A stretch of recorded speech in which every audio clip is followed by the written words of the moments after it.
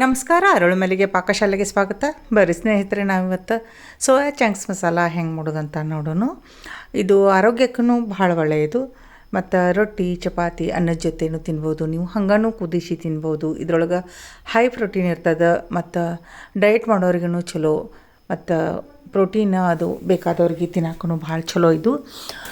ಇದನ್ನು ಮಕ್ಕಳಿಗೂ ಕುದಿಸಿ ಕೊಡ್ಬೋದು, ದೊಡ್ಡವ್ರು ತಿನ್ಬೋದು.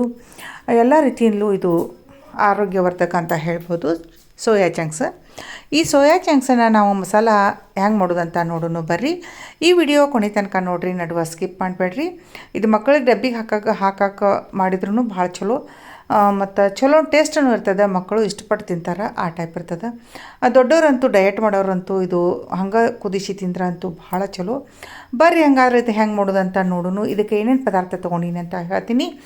ಈ ವಿಡಿಯೋ ಕೊನೆ ತನಕ ನೋಡಿರಿ, ನಡುವ ಸ್ಕಿಪ್ ಮಾಡಿರಿ. ಇದು ಸೋಯಾ ಐತಿ, ಈ ಥರ ಇರ್ತಾವೆ. ನಾವು ಎಲ್ಲ ಅಂಗಡಿ ಒಳಗೂ ಅವು ಸಿಗ್ತಾವೆ. ಆಮೇಲೆ ನಾವು ಅದನ್ನು ಸ್ವಲ್ಪ ಒಂದು ಬಿಸಿ ನೀರಾಗ ಒಂದು 5 ನಿಮಿಷ ಹಾಕಿಟ್ಕೋಬೇಕು. ಈ ಥರ ನೆನಿತಾವು. ಪೂರ ಖಡಕ್ ನೀರಾಗ ಒಂದು 5 ನಿಮಿಷ ಇಟ್ಕೊಂಡ್ರೆ ಸಾಕು. ಈ ಟೈಪ್ ನೆನಿತಾವೆ. ಈಗ ನಾನು ನೆನೆದು ನೀರಾಗಿಂದ ಹೊರಗೆ ತೆಗೆದು ಇಟ್ಕೊಂಡಿನಿ. ನಂತರ ಇದು ಮಸಾಲ ಮಾಡಲಿಕ್ಕೆ ಏನೇನು ಪದಾರ್ಥ ತೊಗೊಂಡಿನಿ ಮತ್ತು ಹೆಂಗೆ ಮಾಡೀನಿ ಅಂತ ತೋರಿಸ್ತೀನಿ. 1 ಟೊಮೆಟೊ ತೊಗೊಂಡಿನಿ ಮತ್ತು 1 ಉಳ್ಳಾಗಡ್ಡಿ ತೊಗೊಂಡಿನಿ, ಅಂದರೆ ಈರುಳ್ಳಿ ತೊಗೊಂಡಿನಿ, ಕಟ್ ಮಾಡಿ ಇಟ್ಕೊಂಡಿನಿ ಸಣ್ಣಗೆ. ಆಮ್ಯಾಗ ಮನೆಯಲ್ಲೇ ಇರುವಂಥ ಪದಾರ್ಥನ ತೊಗೊಂಡಿನಿ. ಉಪ್ಪು ರುಚಿಗೆ ತಕ್ಕಷ್ಟು, ಧನಿಯಾ ಪುಡಿ 1 ಚಮಚೆ, ಜೀರಿಗೆ ಪುಡಿ 1 ಚಮಚೆ, ಗರಂ ಮಸಾಲ 1 ಚಮಚೆ, ಕೆಂಪು ಖಾರದ ಪುಡಿ 1 ಚಮಚೆ, ಆಮ್ಯಾಗ ಅರ್ಶಿಣ ಪುಡಿ ಒಂದು ಅರ್ಧ ಚಮಚೆ. ಇಷ್ಟು ಮಸಾಲ ತೊಗೊಂಡಿನಿ. ಮನೆಯಾಗಿದ್ದೀವಿ ಮಸಾಲ ಎಲ್ಲ ತೊಗೊಂಡು ಇದ್ರೊಳಗೆ 1-2 ಯಾವ್ದು ಕಮ್ಮಿ ಇದ್ರೂ ನಡೀತದೆ. ಮತ್ತು ಗರಂ ಮಸಾಲದು, ಹಸಿಮೆಣ್ಸಿನ್ಕಾಯಿ 1, ಜಿಂಜರ್ ಗಾರ್ಲಿಕ್ ಪೇಸ್ಟ್ 1 ತೊಗೊಂಡಿನಿ. ಆಮ್ಯಾಗ ಸ್ವಲ್ಪ ಕೊತ್ತಂಬರಿ ತೊಗೊಂಡು ಕಟ್ ಮಾಡಿ ಇಟ್ಕೊಂಡಿನಿ. 1-2 ಚಮಚದಷ್ಟು ಎಣ್ಣೆ ಇಟ್ಕೊಂಡಿನಿ. ಆಮ್ಯಾಗ ಮೊಸರು 1 ಬಟ್ಲು ತೊಗೊಂಡಿನಿ, ಅಂದರೆ ಒಂದು 4-5 ಚಮಚದಷ್ಟು ದೊಡ್ಡ ಬಟ್ಲೆ. ಈಗ ಹೆಂಗೆ ಮಾಡೋದಂತ ನೋಡೋಣ ಬರ್ರಿ. ನೀವು ಮಸಾಲ ಭಾಳ ಬೇಡ ಅಂತಂದ್ರೆ ಗರಂ ಮಸಾಲ, ಧನಿಯಾ ಪುಡಿ ಇದು ಎಲ್ಲ ಸ್ಕಿಪ್ ಮಾಡ್ಬೋದು. ಜೀರಿಗೆ ಪುಡಿ ಇಷ್ಟೇ ಹಾಕ್ಕೋಬೋದು.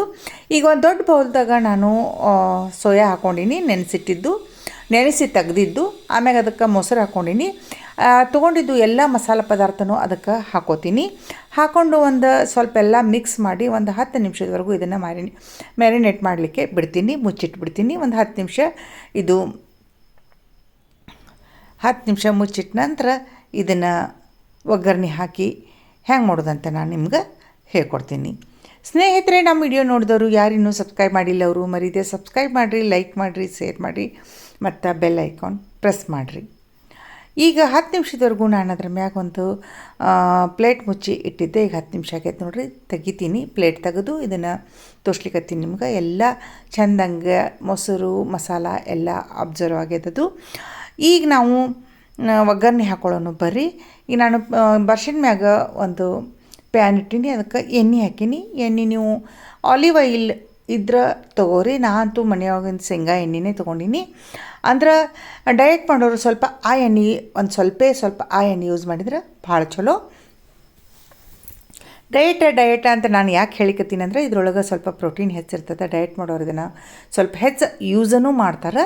ಅದಕ್ಕೆ ಇದನ್ನು ಕುದಿಸಿ ಹಂಗೆ ಸ್ವಲ್ಪ ಇದ್ರ ಮ್ಯಾಗ ಸ್ವಲ್ಪ ಉಪ್ಪು ಹಾಕ್ಕೊಂಡು ತಿನ್ಬೋದು, ಸ್ವಲ್ಪ ಖಾರದ ಪುಡಿ ಉಪ್ಪು ಹಾಕ್ಕೊಂಡು ತಿನ್ಬೋದು. ಇಲ್ಲ ಈ ಟೈಪ ಎಣ್ಣೆ ಕಡಿಮೆ ಹಾಕಿ ಮಸಾಲೆ ಖಾರ ಉಪ್ಪು ಎಲ್ಲ ಕಡಿಮೆ ಹಾಕಿ ಈ ಟೈಪ ಮಾಡಿಕೊಂಡು ತಿನ್ಬೋದು. ಈಗ ಎಣ್ಣೆ ಕಾಯ್ದ ನಂತರ ನಾನು ಜಿಂಜರ್ ಗಾರ್ಲಿಕ್ ಪೇಸ್ಟ್ ಹಾಕ್ಕೊಂಡಿನಿ. ಅದು ಸ್ವಲ್ಪ ಕೆಂಪಗಾದ ನಂತರ ಹಸಿ ವಾಸನೆ ಹೋದ ನಂತರ ಉಳ್ಳಾಗಡ್ಡಿ ಹಾಕ್ಕೊಳಿಕತ್ತೀನಿ. ಈರುಳ್ಳಿ ಸಣ್ಣ ಕಟ್ ಮಾಡಿದ್ದು ಇದನ್ನು ಸ್ವಲ್ಪ ಫ್ರೈ ಮಾಡ್ಕೊತೀನಿ, ಕೆಂಪಾಗೋವರೆಗೂ, ಬ್ರೌನ್ ಕಲರ್ ಬರೋವರೆಗೂ ಇದನ್ನು ಸ್ವಲ್ಪ ಹುರ್ಕೋತೀನಿ ಎಣ್ಣೆಯೊಳಗೆ. ಸಣ್ಣ ಉರಿ ಮ್ಯಾಗ ಇದನ್ನೆಲ್ಲ ಹುರಿದು ತಕ್ಕೋತೀನಿ. ಸ್ನೇಹಿತರೆ, ನೀವು ಇದನ್ನು ಆ ಬೌಲ್ ಒಳಗೆ ಹಂಗನೂ ಹಾಕ್ಕೊಂಡು ತಿನ್ಬೋದು ನೀವು ರಾತ್ರಿ ಡಿನ್ನರ್ ಟೈಮ್ದಾಗ. ಇಲ್ಲ ಒಂದು ಬೌಲ್ ನೀವು ಇದು ಸೋಯಾ ಮಸಾಲ ಅಥವಾ ಸೋಯಾ ಸುಕ್ಕ ಇದನ್ನು ತೊಗೊಂಡು ಒಂದು ಸ್ವಲ್ಪ ಅನ್ನದ ಜೊತೆ 1 ಬಟ್ಲು ಅನ್ನ 1 ಬಟ್ಲಿದ ಪಲ್ಯ ತಿಂದ್ರಂತೂ ಭಾಳ ಚಲೋ. ಇಲ್ಲ ಅನ್ನ ಬಿಟ್ಟು ಬರೀ 2 ಚಪಾತಿ 2 ರೊಟ್ಟಿ ಇದೊಂದು ಬಟ್ಟಲ್ದಷ್ಟು ಪಲ್ಯ, ಅಂದ್ರೆ ಇದು ಸೋಯಾ ಮಸಾಲ ಸೋಯಾ ಸುಕ್ಕ ನಾವೇನಂತಿಲ್ಲ ಅದು. ಇದ್ರ ಜೊತೆಗೆ ನೀವು ಅಗದಿ ಲಿಮಿಟ್ ಮ್ಯಾಗ ಊಟ ಮಾಡಿರಿ. ಇದು ಭಾಳ ಒಳ್ಳೆಯದು ಡಯಟ್ ಮಾಡೋರಿಗೆ. ಈಗ ಟೊಮೆಟೊ ಹಾಕ್ಕೊಂಡ ನಂತರನೂ ಸ್ವಲ್ಪ ಪೂರ್ತಿ ಫ್ರೈ ಮಾಡೋದು. ಈ ಫ್ರೈ ಆದ ನಂತರ ಇದಕ್ಕೆ ನಾವು ಏನೆಲ್ಲ ಮ್ಯಾರಿನೇಟ್ ಮಾಡಿ ಇಟ್ಕೊಂಡಿರ್ತೀವಲ್ಲ ಸೋಯಾನ ಅದನ್ನು ಇದಕ್ಕೆ ಹಾಕ್ಕೋಬೇಕು.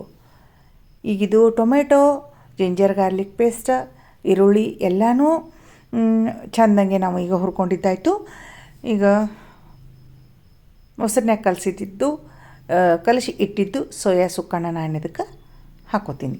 ಸೋಯಾ ಚಂಕ್ಸ್ ನಾನು ಇದಕ್ಕೆ ಹಾಕ್ಕೋತೀನಿ. ಹಾಕೊಂಡ ನಂತರ ಎಲ್ಲ ಚೆಂದಂಗೆ ಮಿಕ್ಸ್ ಮಾಡ್ಕೊಳ್ಳೋಣ. ಸ್ವಲ್ಪ ಎಲ್ಲ ಒಂದು 2-3 ಚಮಚದಷ್ಟು ನೀರು ಎಲ್ಲ ಮಸಾಲೆ ಹತ್ಕೊಂಡಿದ್ದು ಬೌಲಿಗೆ ಏನು ಹತ್ಕೊಂಡಿತ್ತಲ್ಲ ಅದನ್ನೆಲ್ಲ ಹಾಕಿ ನೀರು ಹಾಕಿ ತೊಳೆದು ಸ್ವಲ್ಪ ಇದಕ್ಕೆ ಹಾಕಿನಿ. ಒಂದು ಸ್ವಲ್ಪ ನೀರು ಹಾಕಿದ್ರೆ ಸಾಕು. ಇದು ಮೊದಲೇ ನಾವು ಬಿಸಿನೀರಾಗ ಹಾಕಿ ತೆಗ್ದಿರ್ತೀವಿ, ಭಾಳ ಕುದಿಸೋ ಅವಶ್ಯಕತೆ ಇಲ್ಲ. 1-2 ನಿಮಿಷ ನಾವು ನೀರು ಹಾಕಿ ಮಸಾಲೆ ಇದು ನೀರು ಹಾಕಿ ಮುಚ್ಚಿಟ್ರೆ ನಮ್ದು ಸೋಯಾ ಮಸಾಲ ರೆಡಿ ಆಗ್ತದೆ.